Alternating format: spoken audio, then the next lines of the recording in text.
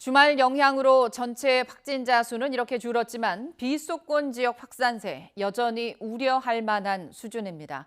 확산 우려에 연말 휴일을 맞은 도심 거리를 찾는 발길도 뚝 끊겼습니다.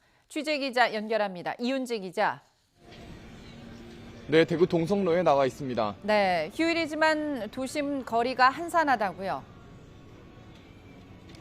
그렇습니다. 제가 나와 있는 이곳 동성로는 대구에서 가장 유동인구가 많은 곳입니다. 하지만 지금 제 뒤로 보이는 것처럼 거리에서 북적거리는 모습은 전혀 찾아볼 수 없고 연말 분위기도 찾아보기 어려운 모습입니다.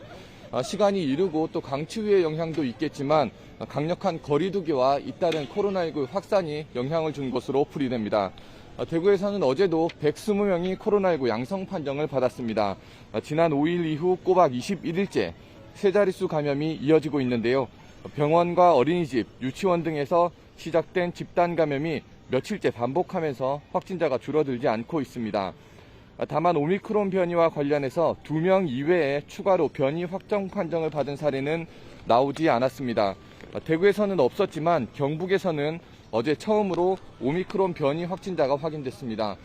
카타르에서 지난 10일 입국한 부부인데요. 지난 19일 격리 해제 전 검사에서 확진 판정을 받았고 그제 오미크론 변이에 감염된 것으로 최종 확인됐습니다.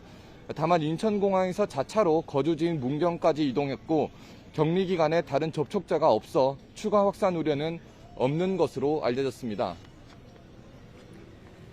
네, 대구 상황 그렇고 다른 지역 코로나19 상황은 어떻습니까? 네, 주말 영향으로 다소 줄어들긴 했지만 여전히 우려할 만한 수준입니다. 비수도권 지역에서 코로나19 확산이 가장 심각한 곳은 바로 부산입니다.